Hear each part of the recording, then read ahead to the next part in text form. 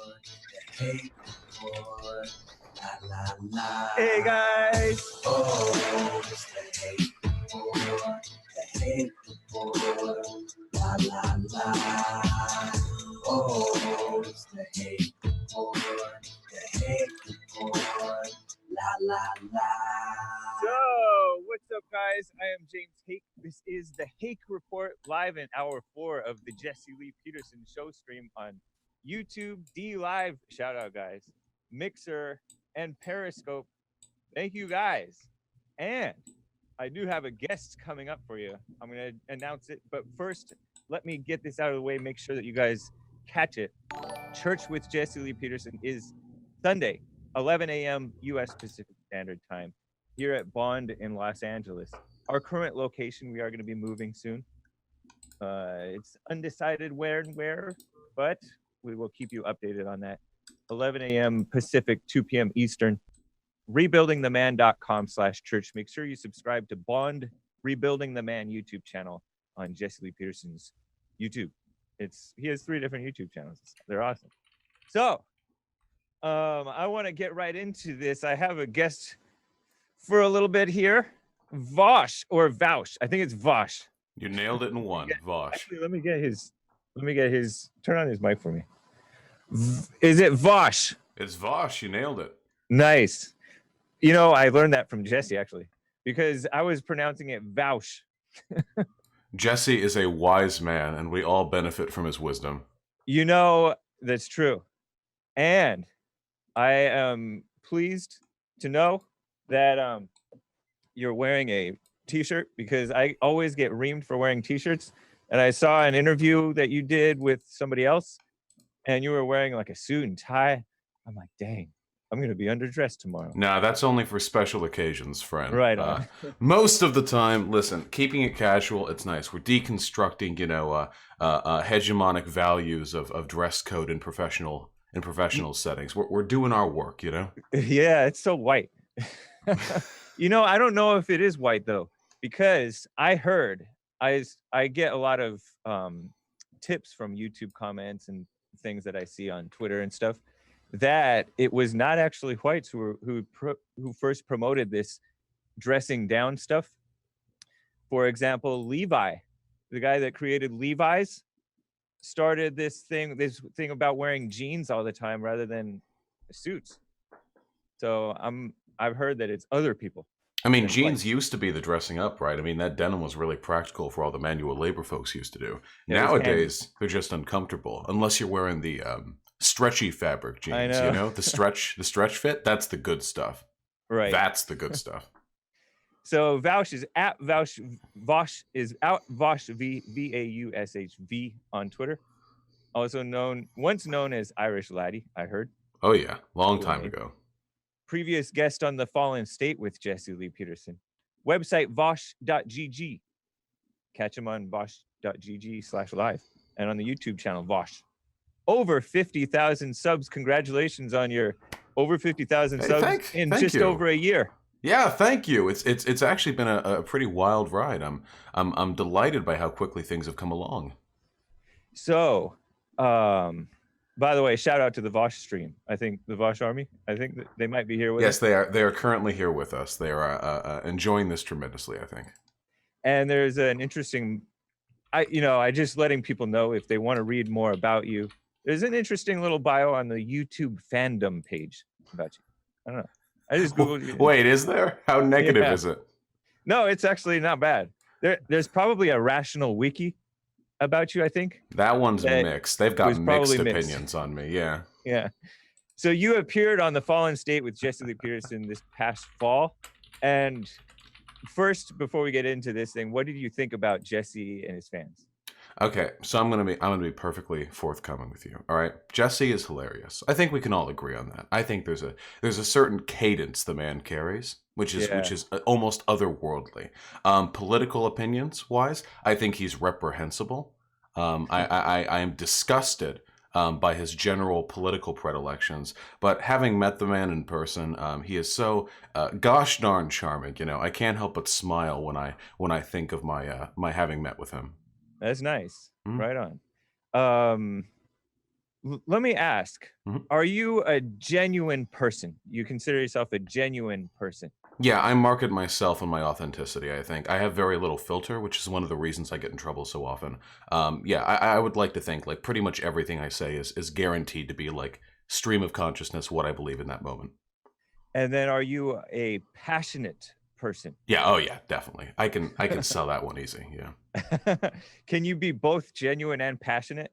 Because people that get passionate, they tend to like, the reason I bring this up is because I've seen you be genuine and then I'm not so sure sometimes. And then I've seen you get passionate and then also dispassionate at times, which is a good thing to be able to do both, I guess. Yeah, I But mean, everyone's passion falters sometimes. Nobody can be passionate 100% of the I mean, that's yeah. exhausting, you know?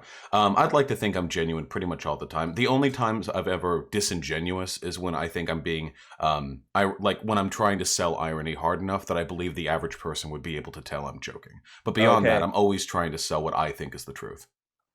The other reason I brought this up is because when I was thinking about the question, like, if is it possible to be genuine and passionate, Mhm. is because I grew up Christian. I don't know if you did. I, I I know that grew you're up atheist agnostic. now. Agnostic. Wow. Did you grow up in the Pacific Northwest? No, I grew up in California. Actually, both of my parents were raised Catholic before they eventually became atheist as well. I'm one generation removed from a religious upbringing. Did they become atheist prior to you? They did, Atheist, yes. agnostic? Yeah, Okay. it was before I was born. Okay. Interesting, man. Yeah, I know a lot of friends Hispanic friends, especially around here, who consider themselves recovering Catholics, meaning that they're basically they didn't like the guilt that I imagine it's exhausting. My father would tell me stories. He was actually training to be I forget the Catholic term. Is it priest or pastor? He was training to be one of those. Catholic priest probably. Yeah. Before I was born, back when he was in his 20s, I think, when he was going to university, he was going to go the full thing, like go to university for theology and then get a Yeah. master's in like Christian studies and then go and be a priest. And he told me, you know, it's an exhausting, the moral weight that's placed on your heart. So I sympathize. You know, there's a guy, a liberal who appears on, I'm blanking on his name. He appears on Mar a lot. He is kind of a snarky guy. I'm blanking on his name. Jesse Lee Peterson has debated him a couple of times. But Is he young? Nick Fuentes? no. He's an ex. I don't know if he's still his parents. One was a priest and the other was a nun. Oof. Wait, Anyways, wait. Nuns can't marry. Former yeah, nun? I guess they repented of being priests and nuns and Oh, well, or okay. I recanted. mean, getting the the whole life experience in, I guess.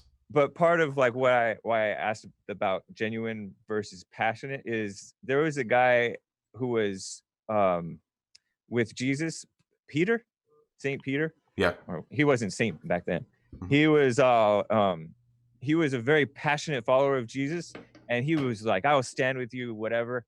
And then, but there was something genuine in him, even though he was passionate. Mhm. But he was like, "I'll stand with you," and Jesus like, "You're gonna deny me 3 times before the cock crows." And then like Peter's like, "I don't know the man," when they cornered him and they were about to crucify Jesus. So it was just interesting question to me. No, of Didn't course, want and you know, really, I think what matters ultimately is what you're passionate about. Because some people are passionate about a cause, some people are passionate like about a person or defending themselves. Some people are very self-interested in that sense. I'm passionate, I think, just very broadly in trying to make the world a better place, or at least giving people ideas that maybe will help them make the world a little bit of a better place. And I think that passion requires a lot of introspection because there are a lot of people out there who think they're making the world a better place when in reality they're making it a horrible place to live in. You have to be careful. You have to be cautious with those ideas. You know, you brought up Jesse and how whatever you think of his views in person, he's just you called it charming. It's like nice to be around. Hmm. This guy Scott Adams on Twitter, he's the Dilbert creator. Now he's like Yes, a Trump yes. supporter.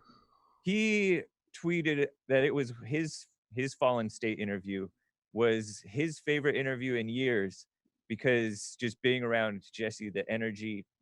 He's like, is it love? because like when you are in the room with Jesse Lee Peterson, it's like, so I don't know. He just really liked Jesse's energy. It's interesting. I don't know. I mean, he definitely has a pretty what would you say, commanding presence, indefatigable confidence in his opinions, which I respect. You know, I think people should be confident in what they have to believe, and I enjoyed Yeah. my time in the studio very much. I hope I can come back again. You know, I'm probably not the Right on. last time I'm going to be there in LA. You suggested, speaking of Jesse Lee Peterson, that pro-Trump Black conservatives are working against their own interests. Mhm. And you're white. Most whites believe that conservatism and nationalism are for white interests. So aren't you, as a white, you're kind of liberal, right? Working I'm against your own interests? I'm leftist. I don't know if I would say most whites believe that nationalism and conservative values are the way forward for white people. I would disagree with them. Even if they were to believe that, I would argue with the principles or sort of the arguments they would have to make that case. Whether or not whites believe that is immaterial to whether or not that's actually like factually the case. For example, like there are black conservatives who they'll come up to me and they'll be like, "I'm black. Who are you to tell me about my black experience? I say conservatism is the way forward." And nah.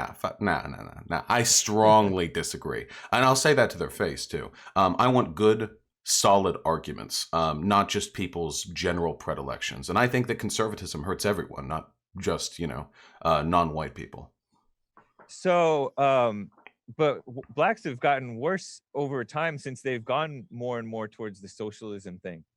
They've gone, I don't know, they're just more unhappy than ever. Have we gone towards socialism? Yeah, definitely. Especially the blacks. They have that socialist mindset. I don't know if I agree with that. I don't know if the black people are any closer to collective means of production, ownership of the means of production than they were 50, 60 years ago. I would say that the black situation has gotten worse since the abolition of Jim Crow laws, but that's not because they were abolished. That's because other institutional obstacles were introduced in between now and then, ways of discriminating against them without having it on the books. Interesting, man. I don't know. I don't see it as, when I say socialism, I mean that they believe in that socialism stuff. They fall for the Bernie Sanders, Barack Obama, and all that mess, where it's just about getting taken care of, or so-called taking care of the poor, which is female-minded thinking. They don't really think like logical men. It's like you guys, the leftists, want to take care of everybody like you're their mother. Like you want to take their guns, or at least like have stuff in place to protect them from their guns and stuff like that. It's so messy. So a few points in this. Taking care of the poor is a Christ-like mentality. If you believe it's womanly, then that's a tremendous compliment to women. I consider myself, whenever I'm advocating for the poor, very, very Christ-like in that sense. And I think my irreligiosity doesn't come in between me and my principles in that respect. Secondly, I should say I am very pro gun ownership. And when I speak of socialism, I don't talk about the government taking care of anybody. When I talk about socialism, I'm talking about giving people the tools to stand up for themselves and live honest, decent, respectable lives where their hard work begets them the fruits of their labor. Not some nanny state, not some corporate welfare. And likewise, Obama was not a socialist. Obama was a milquetoast, centrist neoliberal who didn't really do anything. He had to pretend to be that. He didn't advocate for any socialism. I mean, Obamacare was the only radical piece of legislation he got around, and that was a Heritage Foundation plan. That was drafted by conservatives. That's a shame. If he was a socialist, he did a terrible job of it. So anyways, let's jump forward. Your very first video on your channel, Enlightened Centrism with spaces between every letter. That you suggested that centrism, is this true? Because I read this, right? Is an effective form of stopping Nazism. Nazism? Is that true?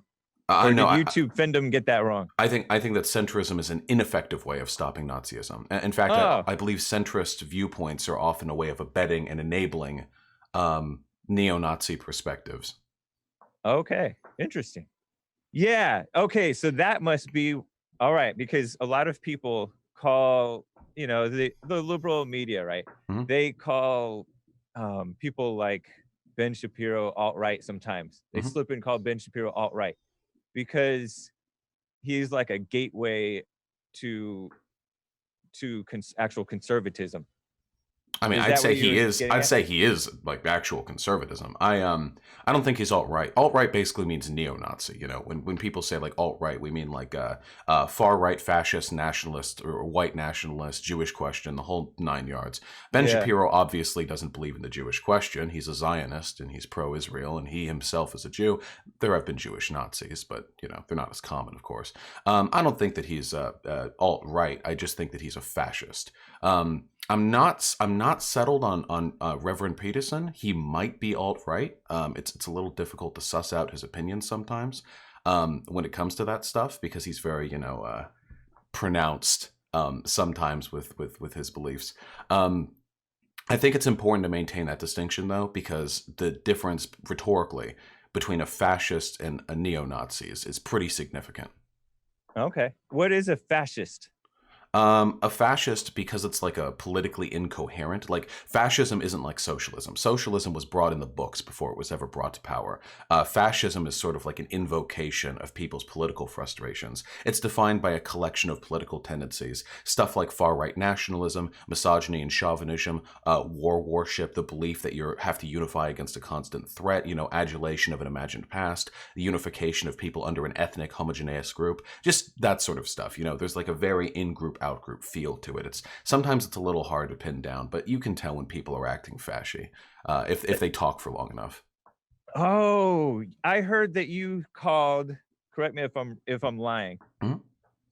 PragerU and Turning Point fasci organizations. Oh yeah, 100%. Yeah, easily. More so PragerU than Turning Point. Turning Point still pays lip service to libertarianism, which is in its roots, but PragerU is 100% fascist propaganda. Yeah, easily.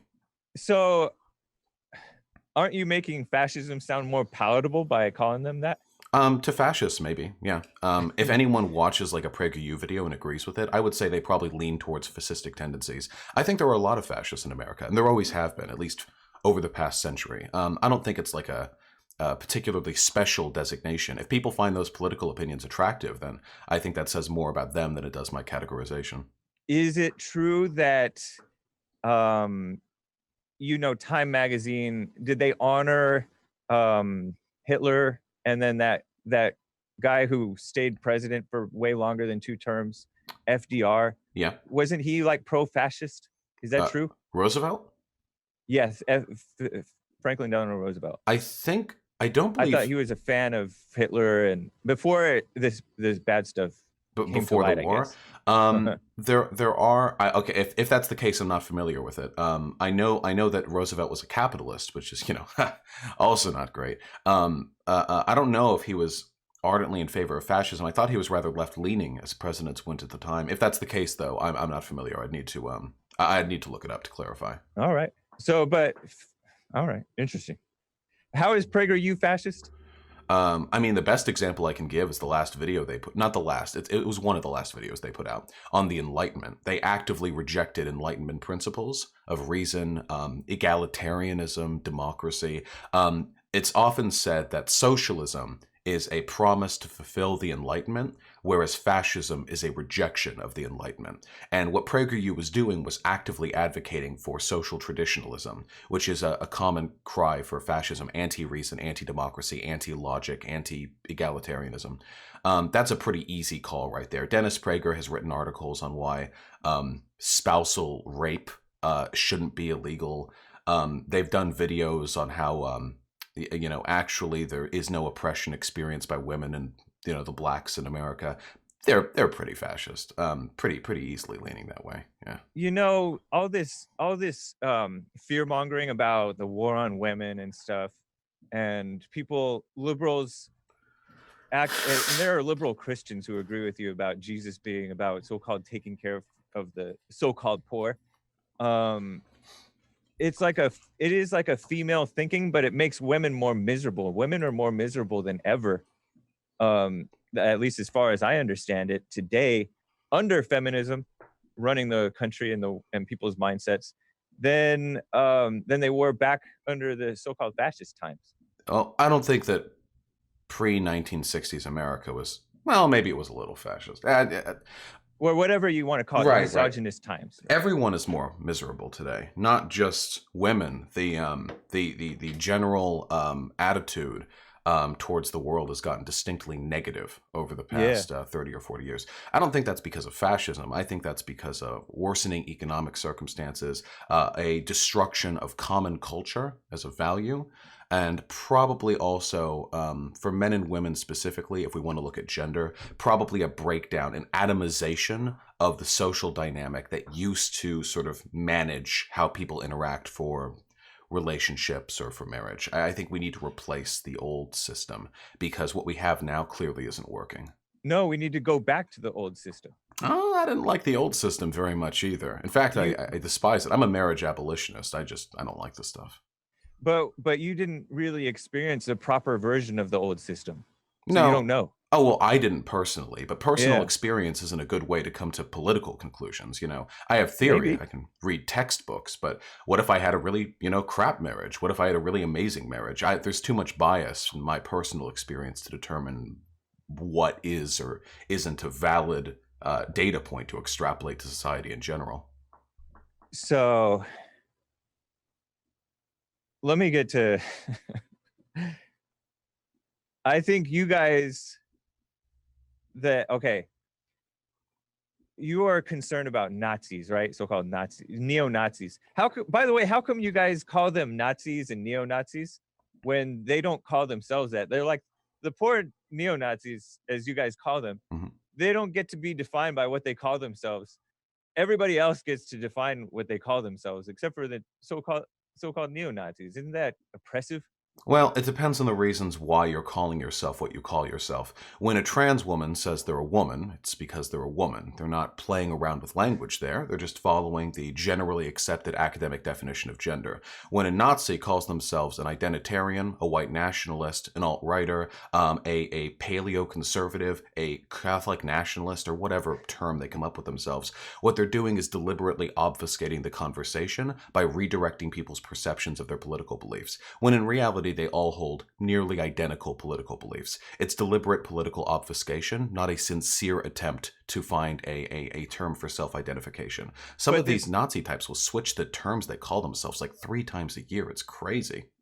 Well, the problem is that the so-called Nazis and the so-called neo-Nazis and the alt-right have been so smeared and falsely maligned over the years, especially recently. I don't know about the huh? Would you call yourself alt-right? No, I think I'm more like alt-light. How about you? Are you alt-light? I mean, I'm a socialist and an anarchist, so no, I'm probably not alt-light. But there's a lot of anarchists who turned alt-right. If there are, I haven't met any ones who could make a decent case for anarchism. No, if I'm alt-light, I'm very, very alt-light. I'm the lightest alt there is around. No, I think these people are disgusting. And I think I fairly characterize their views. I don't think I misrepresent them. No, I'm talking about in general, the people, because Nazi, let's face it, the term Nazi is like the worst thing that you can call somebody. I mean, somebody joked that the N-word for whites is Nazi, I think, on one of your streams. Well, the difference is for the N-word, you're impugning someone for their race, and when you call someone a Nazi, you're impugning someone for being a genocidal maniac. So I think but most people today that are called Nazis, they're not genocidal. Well, that's what the Nazis said too. What you have to do, you can't just take them at their face. Well, you can't take them at their face value. What you have to do is look at their policies and the practical implications. So, for example, if you believe in a white ethno-state, for example, if you want a white America, you can do 2 things with this. You can either kick all the non-white people out, or at least a significant majority of them, or you can place eugenics policies on them to prevent them from breeding, so whites eventually outbreed them. Both of these meet the technical qualifications for genocide. There's no other way to bring about a white ethno-state. But I haven't heard most of these guys advocating for kicking these people out, or for or birth control or whatever. In fact, that's what the globalists want to do. What the do people that globalists so-called want to do? fight against Nazis, they advocate for abortion like crazy. Yeah, abortion as a free and choice. homosexuality and all that madness. Abortion is a free choice, Free not choice abortion being only for the woman. Abortion is a free Only for the woman. Well, only for the person with the baby. Yes. And that's evil. You can think that, yeah. No, There's a pretty it's not just thinking. just it to is evil. clarify. There's a pretty big difference between promoting the availability of abortion if you want to have it, and forcing abortions on an ethnic community to keep them from breeding. And nobody is advocating for that. Not one of these people want that. I have argued with those people who want that. Name one of them for me. Name one. Like, of the random people I talk to, or the name like big a leader. Political figures. Name like a leader. Oh, yeah. I guess Nick Fuentes would be a good example. He wouldn't be for that. He's Catholic. He's pro-life. Are we? Okay, so he would just kill them or kick them out if he's not interested. He wouldn't be for that. You're making up what he's about. That's evil. No, so I think, and here's my concern, and this is the concern I reach when I talk about these positions. It's that they will go on talking about prescriptive positions like we need a white America, America's for whites, China for Chinese people, Africa for Africans, so on and so forth. They'll talk about how blacks are lower IQ and how race mixing is degenerate, and how like white women are being like raped by the black males and what have you. And they'll talk about it like we're at war. A lot of them believe the Jews are orchestrating this war. And then they say, and you go into their forums, race war now, gas the kikes, kick these people out, white America now. And you think, what exactly are these people going to do if they take power? Are they going to passively and calmly pass policies to slightly adjust cultural values in this country? No. People have taken power before using this exact rhetoric before, and they did what the Nazis did. You don't get into power advocating for genocide. You advocate for your culture and for your race until you have enough political capital to seize control of whatever political structure you have in your country, and then you do the genocide. If they want their policies enacted so badly, I don't know why they're so bad at arguing them with me, because every time I get one of these people in front of me, they pretend to argue policies for about 20 minutes, lying and backpedaling every time I expose a hypocrisy, until eventually they just start sputtering the N-word and telling me that they're going to gas the kikes and leaving the call. Every time I talk to these people, every single time. So if I have an uncharitable opinion of their views, it is only because I have seen nothing but pathetic, degenerate, abject immorality from them every time I engage. Again, just my experience and everything I've seen of them and all the research that corresponds to them. But you're not a good judge of immorality. And you just didn't give me any evidence that these guys would be actually for that. You just speculated about, because of these guys supposedly did this back then, that's what these guys are going to do now. There are a whole lot of evil. I'll admit there's a whole lot of evil people in the alt-right that are angry, and then they may come up with bad solutions like what you're describing. But I have not seen evidence of that. And yes, you can see the gas the kikes stuff, which is, I don't know. I see it sometimes as trolling, and sometimes they're just evil, angry people. They're overreacting to the attack on whites. Well, then they are free to come and argue with me, because every single time I engage with these people, it reduces down to genocide ad nauseum every single time. And it is not the prerogative of wise people to argue positions when your standard for evidence is a Nazi saying, actually, no, I wouldn't do a genocide, which is also what they did in Germany. We have to be a little bit more skeptical when we analyze their positions and the consequences of their positions than just listening to their word on it, because they have been known to lie. Look at Richard Spencer, for example. Just like everybody else, just like your side, just like the so-called centrists, we both. The centrists absolutely lie. But no, in my case, at least specifically, I'm very forthcoming with every position that I have. I know, but you just came up with something that's totally not true. You suggested that Nick Fuentes is for a genocide that he's not for. Is Nick Fuentes for assuming a white ethno-state? Your ASSUME-ING, no, skip the E, right? Of Nick Fuentes. And I'm not even like that big of a fan of Nick Fuentes. I just know a little bit about him. But he's Catholic. He wouldn't be for that. I mean, he's a Holocaust denier. I don't think it's entirely out of the realm of possibility. Wouldn't that be encouraging to you that he's a Holocaust denier? That means that he's happy they didn't get killed. He wouldn't be for them getting killed. Wait. Just to be perfectly clear. To you? Just to be perfectly clear. Just so I can know what tone this discussion is taking. Did you just seriously advocate that a person being a Holocaust denier is evidence that they are a better person than they would be if they were not a Holocaust denier? No. Okay, I just wanted to clarify But that because you just said some really stupid shit. It's not stupid because a whole lot of people, it's a growing number of people believe in flat Earth. They believe the moon landing never happened. Some people believe in climate change. Some people don't believe in climate change. Yeah, everything is in question amongst most Zoomers, of these anti-science positions are being taken by conservatives. Yes, but that's irrelevant. With the possible exception of anti-vaxxers, that might be more of a hippie thing. The point is, everything is in question amongst people your age and younger, and maybe my age and everybody else and younger. So this whole thing about the fact that Nick Fuentes may or may not be a Holocaust denier, I haven't seen evidence that he is or isn't, to be honest. I see evidence that he's like, oh, he's leery about the story. But this whole thing, you're acting like it makes him a horrible person. I would say reality, being a Holocaust it just means that he's not for it. It means that he's not for it. No. When people are Holocaust deniers, it's not because they're relieved at the idea that Jews weren't experiencing the horrors of the Holocaust. Does it mean that they're for it? It's because they believe the Jews are deliberately orchestrating an international conspiracy to inflate the death toll at the Holocaust so they can use it to guilt whites into giving away their rights. It is a deliberate part of their broader conspiracy theory. With wanting a genocide, though?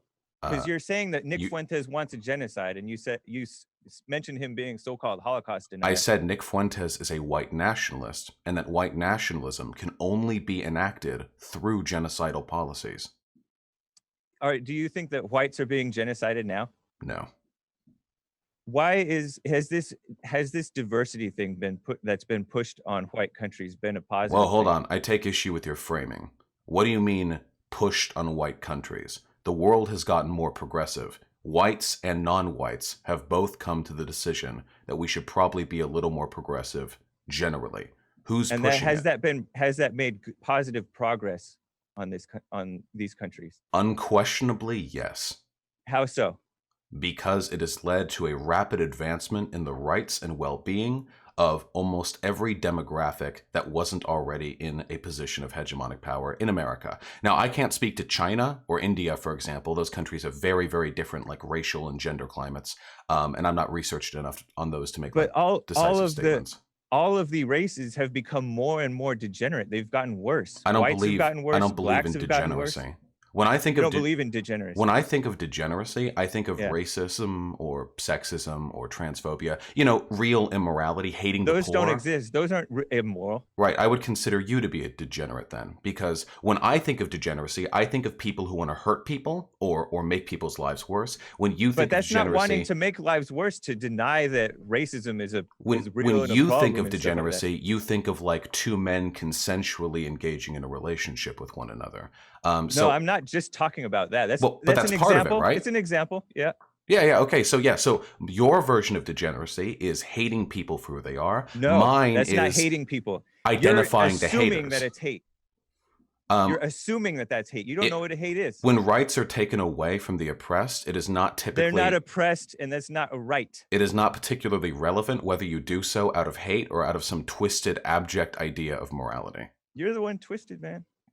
For believing that we're hateful, for believing that right is right and wrong is wrong. That's not what you believe. What is right exactly? Hateful for what? What policies do you want to enact? I don't even know what you're talking about. Because the abstraction of your values is the only way you can keep from coming off like a monster. Tell me what's hateful. What policies would you enact? You're the president of the United States of America. What would you do about gays? The gays are getting worse because you're kissing up to them. What would you do? I'm the gays. I'm kissing up to myself. Thank you. What would you do if you were the president? Gay. When did you become so-called gay? It's been a little while. I mean, I don't know if you want to go through my text logs or my Tinder matches, but I promise you that I have the creds. I have the ID card. If you were you're living with a woman, right? Yeah, sure. Oh, I got to do this a roommate, of course. Yes, I'm pan. But well, hold on. I will say this. I didn't know you knew the distinction. Yes, I'm pan. Yes, I have sex with men and women, and everyone else. If you were the president of the United States of America with full control over the legislative and judicial bodies, what would you do about gay people? I would get rid of gay marriage for sure. Okay, That wouldn't so count. that is what I would So-called consider marriage. to be hateful, discriminatory behavior. No. The Right. hate is increasing with the embracing of an illusion of what's right. Do you That's remember not real love. Remember when I You said don't even know what love is. Remember when I said that Yeah. I want to make the world a better place, and that's sort of the broad prescriptive judgment that Female I make. thinking. Making the world a better place Yeah. is female thinking. Right. So every technological advancement, every statesman, every Mostly by men. Were they thinking in a female way? They weren't thinking about, I want to make the world a better place. I promise you that if you go back through the ledgers and logs of great statesmen and inventors, you will find many of them were motivated by the betterment of the world. All right.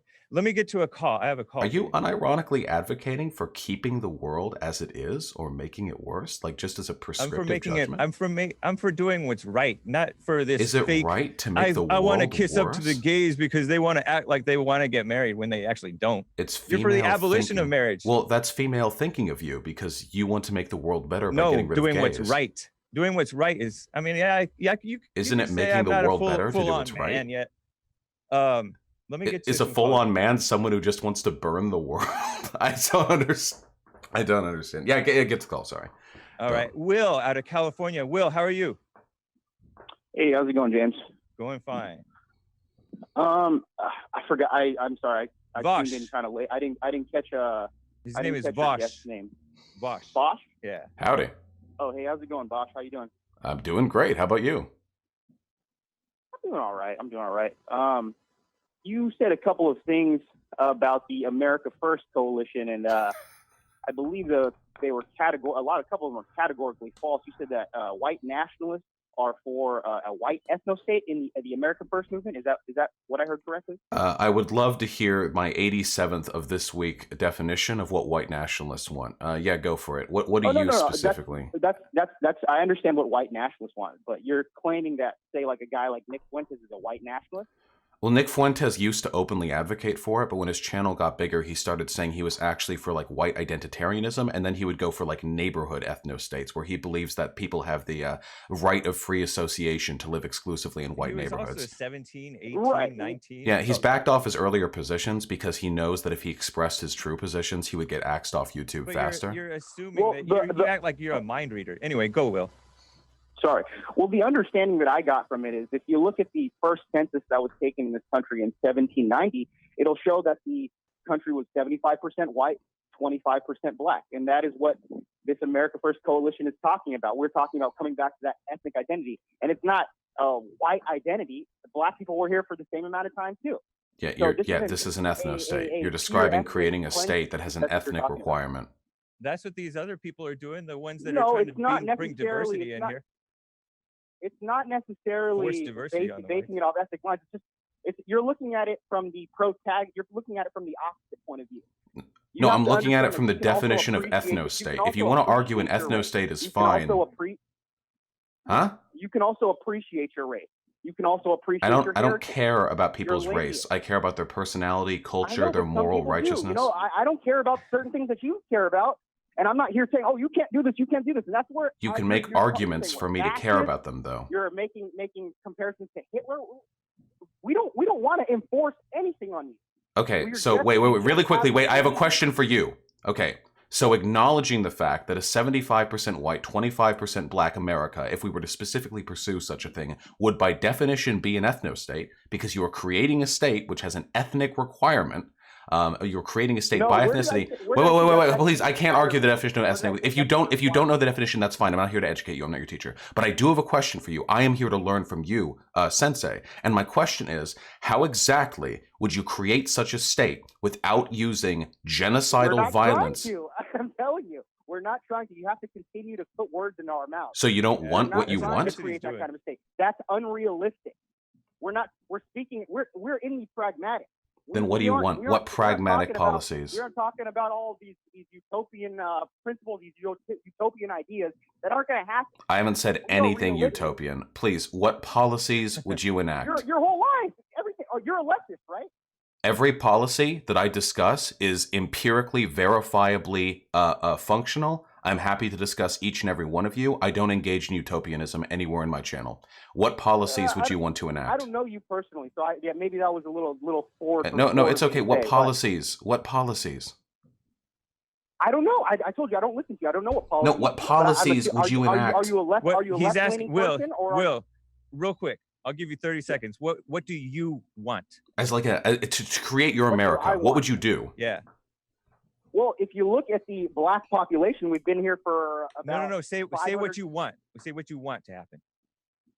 Right. I want people to appreciate where they came from, understand where they came from, and know where they came from. What policies? Their traditions, their lineage. I don't want people to lose. So you don't want any policies. You have no political ambitions for the America First movement whatsoever. There's absolutely no interest whatsoever in affecting the political decisions made by the leaders of this country. Well, yeah. What do you mean? Why? Oh my God! Every time I talk with these people, what policies? You can't express what policies because there's no way to do it without advocating for genocide. There's no way to deport these people. No. Okay. Well, thanks, man. I love you. You know I love you, right? I love you, man. Hey, peace, homie, respect, real, recognize real.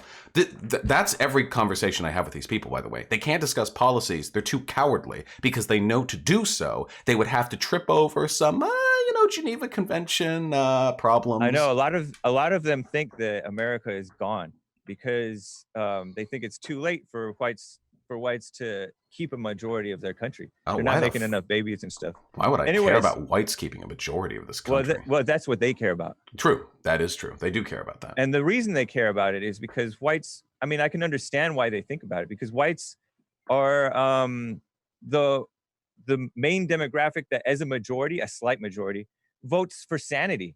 The rest of everybody else votes for liberalism. I mean, not the rest. Do you think a huge majority, everybody else votes for liberalism? That's actually, unironically, one of the reasons why I value diversity, because the more racial diversity there is in this country, the less likely we are to become a fascist ethno-state. It's almost like a wall. Most people Democracy accounts for the values and the votes of everyone in this country. The non-whites in this country vote for everyone. The whites have a tendency to vote just for whites. It's very immoral. It's the opposite, man. Very un-Christ-like, I have to say.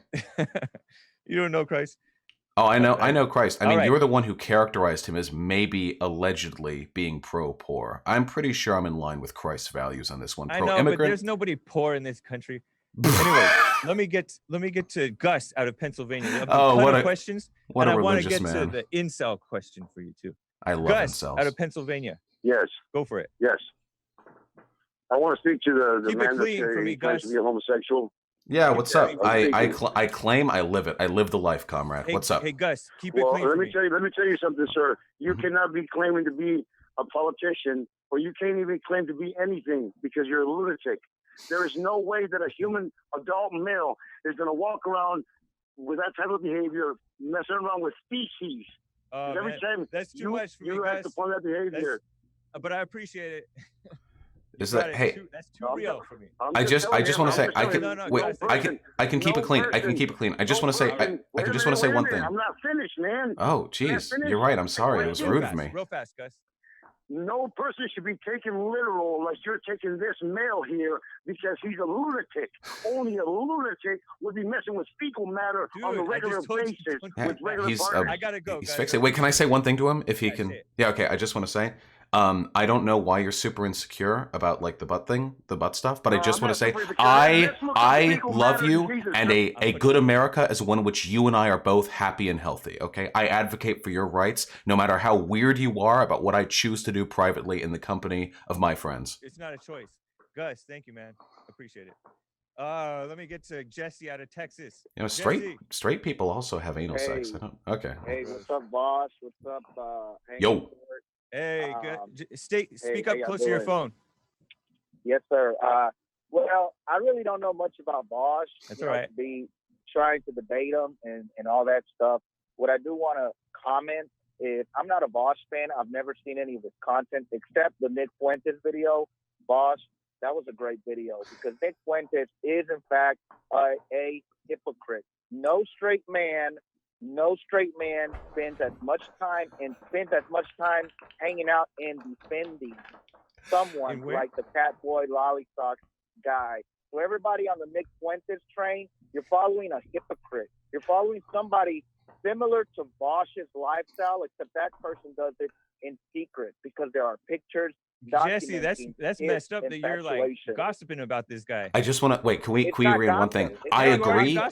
I agree. It's wrong that it's about his sexuality. That's wrong. I'm going to put you on hold, Jesse. I'm going to put you on hold.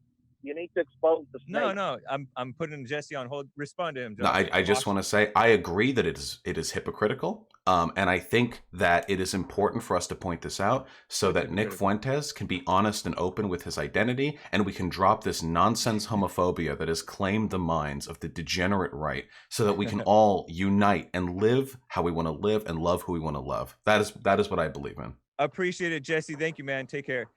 You know, I'm not into whatever you guys are talking about. I don't know what you're talking about. Oh, it's just a funny little piece of drama. There is one thing I want to say, and I think it harkens a little bit to my earlier point. It's that no matter what you believe in, there are certain inexorable truths about humans, and one of them is that some of us are just gay.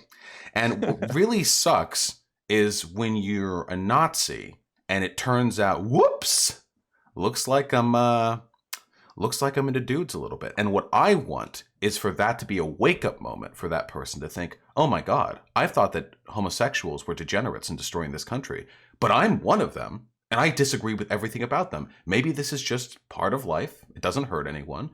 That's the goal. I know it's never going to work, but I can dream that crazy dream, you know? Right, yeah. Degeneracy affects all people, and everybody has to get over it. If you can empirically... Bo out of... Yeah. Okay, respond to that. If you can empirically describe to me how the existence of gay people hurts everyone, because I am deep in the literature on this, and I don't know if that's a convo you want to get into. When I talk about degeneracy, I'm talking about all kinds of immorality. I'll defend trans people, gay people. That's nice. The LGBT stuff. That's one version of immorality. Anyways, Bo out of Santa Barbara, California. Bo, go for it. Hey, what's happening, guys? Hey, I just want to come on the show. I know Hake, and I don't know your name, sir, but I'm listening to you. Yeah, it's Vosh. Nice to meet you. What's your name? Vosh. Nice to meet you. What's up, man? Hey, I just want you to know that I'm not attacking you. I'm not mad at you. I'm a Christian. I'm white. I think that whites are totally under attack. Heterosexuals are under attack. Christianity is under attack. A true traditional Judeo-Christian ethic that this country was raised on is under attack. And that's where people are coming from, because we come from descendants from Europe that believe in God's word. And like when I was in my past and I was sleeping with women, that's not God's plan. That's just as immoral as somebody sleeping with a lot of men that's a man. Or you know what I'm saying? So it comes from God's word that we believe what we believe. And I don't want your agenda forced on me. I don't necessarily want to force my agenda on you. And I just want peaceful separation like this. I don't want someone coming into the schools telling the kids that it's okay to have a surgery or there's many different genders, because, brother, the generation I grew up in, there was man and woman. And somebody came in and said that there's all kinds of different things. And I'm just like, what is going on here? So the problem is when you take away man and woman in God's design, it decays society, and it's over generations. And it doesn't matter if it's gay or you're just like married and sleeping with 5 women and you have a family. That'll do the family just as much damage as being gay, because it's outside of God's plan. It's not what God wants. So what's happening is that Christian ethics that a lot of us were raised on, even though we're all sinners, it's being taken from us aggressively. And it's like people are literally getting ready for civil war right now. You know, like 2 weeks ago, it was Trump's going to be impeached. We're going to lose our president. And then he vaporized someone in Iran. And I had to step away from the news. I was like, this is too much. This battlefield is too big for my head. I'm just a kid that's trying to live right. And you look at the media and it's evil. People are just going at it with each other. And I'm looking at pre-Civil War America, pre-World War II. Let me get I'm like, wow. Bo, let me get Bosch's response for this. Yeah, I just want you to know that I love you, dude. But this is where I'm coming from. Hey, listen, I love you too, and I respect your Volcel pledge with regards to women and sexuality or what have you. I disagree with literally everything you believe in. I'm obviously not religious. I believe it. No, and yeah, I know because. But I just want you to know, like, my politics also come from a place of compassion. It's true, things are changing rapidly, and sometimes that change leaves a lot of people feeling like they're in the dust. Sometimes it actually does leave them in the dust. I mean, the obvious example is the Rust Belt workers in this country, but I can understand how men or white folk or straight people sometimes feel like, oh my God, like you take a look at what's going on in schools these days, what's what educational professionals are teaching.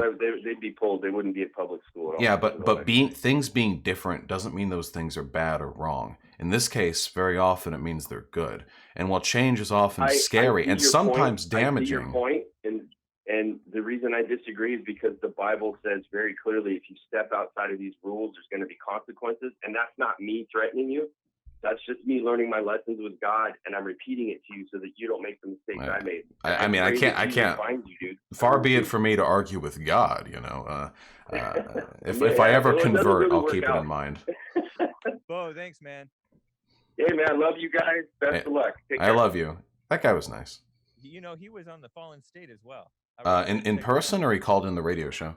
He was on the Fallen State, the sit-down interview show that you were on, where he showed up in person with another guy. Gotcha. Oh, I'm sorry, really quickly. Your audio is really quiet for some reason, all of a sudden. Okay. Can you hear me?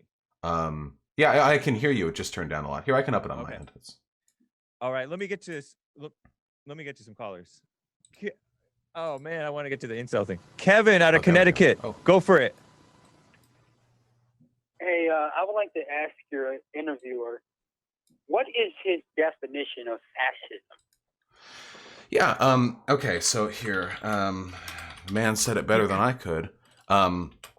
So my definition of fascism You're saying Bo described it better than you could? No, Umberto Eco did, actually. Oh, okay. Umberto Eco and his 14 points on fascism, fascism, are where I derive my definition of fascism. I think they're incredibly descriptive. I think they're very powerful. He was one of the best writers. Now, but my question to you is, the person that you're getting your information from, is he a communist too, or no? He's definitely left-leaning. If you'd like, we could sometime on stream. I don't know if you watch my stuff. No, I don't really bother with social media with all that propaganda because you know they're just basically one-sided on there. My question to you is, what is your? I'm not talking about people's definitions or anything. I'm talking about what is your personal definition of fascism. I don't need anyone else's opinion or anything. I want your definition. No one else. You described it pretty well earlier in the show. Yeah. Okay. So my definition is derivative of Umberto Eco's. But if I had to be very reductive, I would say that fascism is a hyper-traditionalist, ethno-national movement dedicated to anti-intellectualism, chauvinism, promotion of warfare, and deliberate irrationality in the service of uniting your people against an imagined common threat to the ends of meeting the needs of some imagined past identity. So you can go for Trump's America, for example. Trump, very militaristic, very much so. The imagined past, we have the Make America Great Again. We've got like the 1950s America that everyone looks up to. The deliberate irrationality. I mean, Trump is obviously not a particularly well-educated man. His cult of fan base is not very, how do you say, so articulate. Trump is an example of fascism. Yes. Trump would be more fascistic than most American leaders, but it's a scale. It's not like a yes/no. It's a scale in either direction. Anything else, Kevin? So what you're saying is you're basing your definition off all this propaganda that you're spilling out of your mouth. If you're saying that you love people and you care for them, right?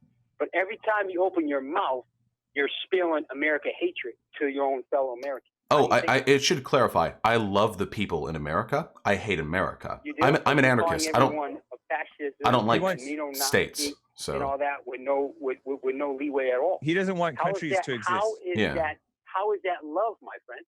Well, I love the people, not the countries. Countries are cold, unthinking, unfeeling political machinations. I love people. I love you. You're a person. You're not a machine, my friend. You love white people? Yeah, I love all people. Of course I love white people. I love white people. I love men. I love straight people. I love cisgender people. I love all people. And I do not advocate for minorities to the detriment of the majority. Some people think I do. I've yet to hear a good argument. All right, Kevin, appreciate it. I have to keep it going. Jack out of New York. Go for it, Jack. Jack. Let me get to Jason out of Dallas. Jason, my go man. for it. Jason. Yeah. Hey, how you doing, Bosh? Hey. I'm not really familiar with your content, but one of the reasons I disagree with homosexuality being everywhere and everything else related with homosexuality is because there's a lot of stats that a lot of homosexuals, the majority of them, have been victims of sexual abuse as a child, and therefore it causes a lot of confusion, which is why you got all these genders and you have all these different sexualities. My question for you, Bosh, is were you sexually abused? With all due respect. And I ask you with all due respect. You don't have to answer that, Bosh. No, it's okay. It's actually an amusing story. There was one moment in my life where somebody came close to sexually abusing me as a kid. It was like a neighbor's friend or whatever. But my big brain Vosh, you know, I fought him. And turned it very much into an assault. I was doing the assault, in fact. No, I have never been the victim of sexual assault. Luckily enough, you know, it's a tragic thing. It happens to a lot of people. I will say this, though. While it is undeniable that many people who are gay or transgender were abused as children, I don't think that necessarily causes it. The psychosocial research is very, very complicated. I'm not educated enough to understand it. However, whether or not that is the case, these people now exist, and I believe that, as humans, they should be afforded the rights and the respect needed for them to live decent, dignified lives. Even if we assume that all trans and gay people were the product of sexual assault, which we know for a fact is not the case, I would still advocate for this. Dignity would be overcoming it. For you, perhaps. Let me get quickly to Nick out of New York City, and then I want to get your 30 seconds on the incels. Nick, go for it. Hey, how's it going? Hey. Hey, this is I'm actually a fan of Vosh's. Okay. I'm also ironically a Christian, so I'm kind of got my feet in both. Are you a pro-gay Christian? Pro-gay. I don't want to get. I'd rather get to my. All right. I don't want to be the. Just curious.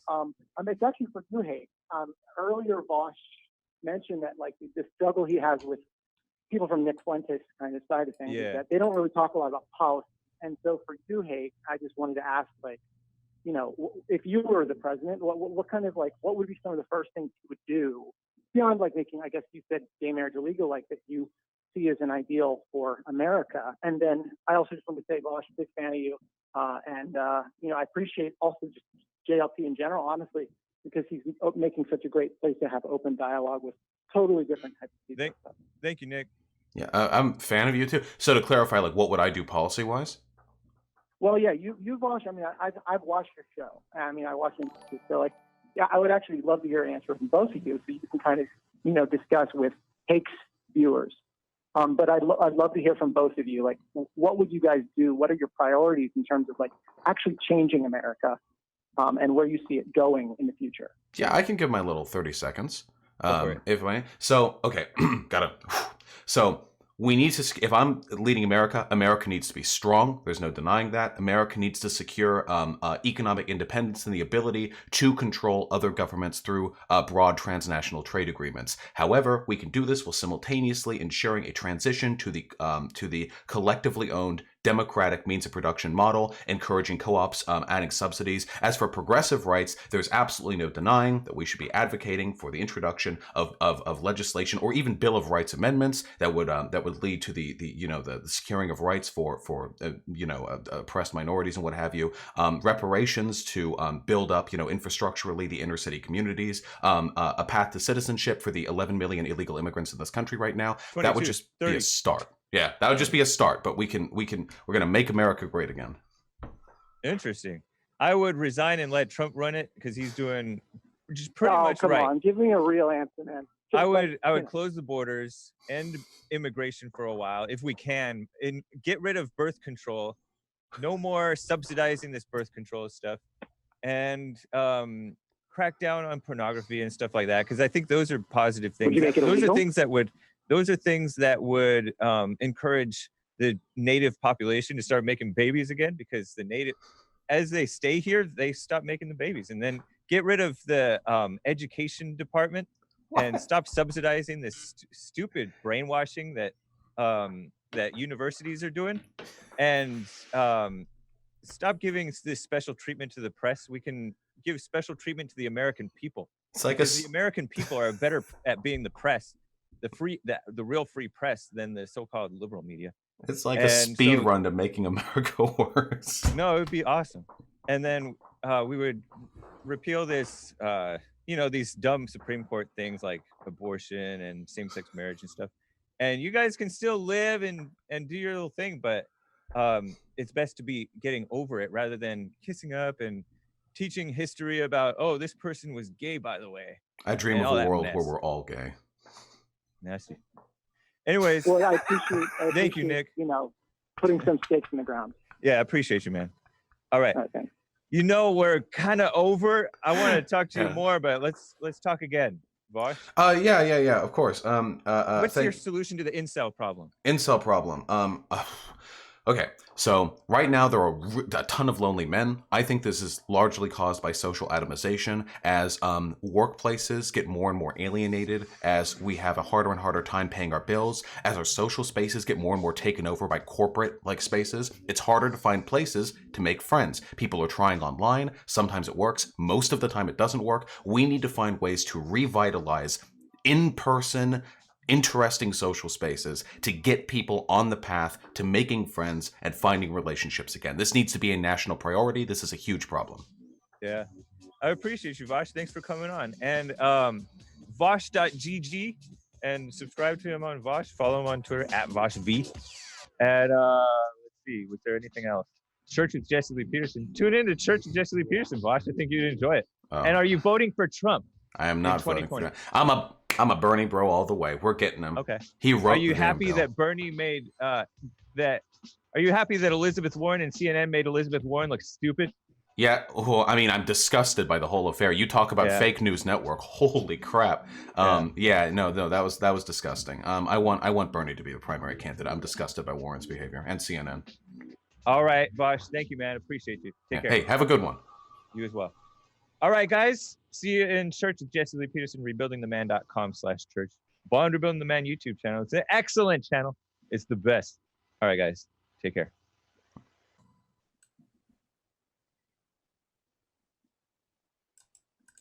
Dude. Okay. Had to make sure it was sometimes after they cut to the next program, they want to like get a word in. I wanted to make sure. I was like waiting for like I was waiting to like get like a sign. Whew. Okay, I think I handled that about as well as I could. Okay. Yeah. Whew. Okay. I think I handled that about as well as I could. Yeah, okay. All right. That was cool.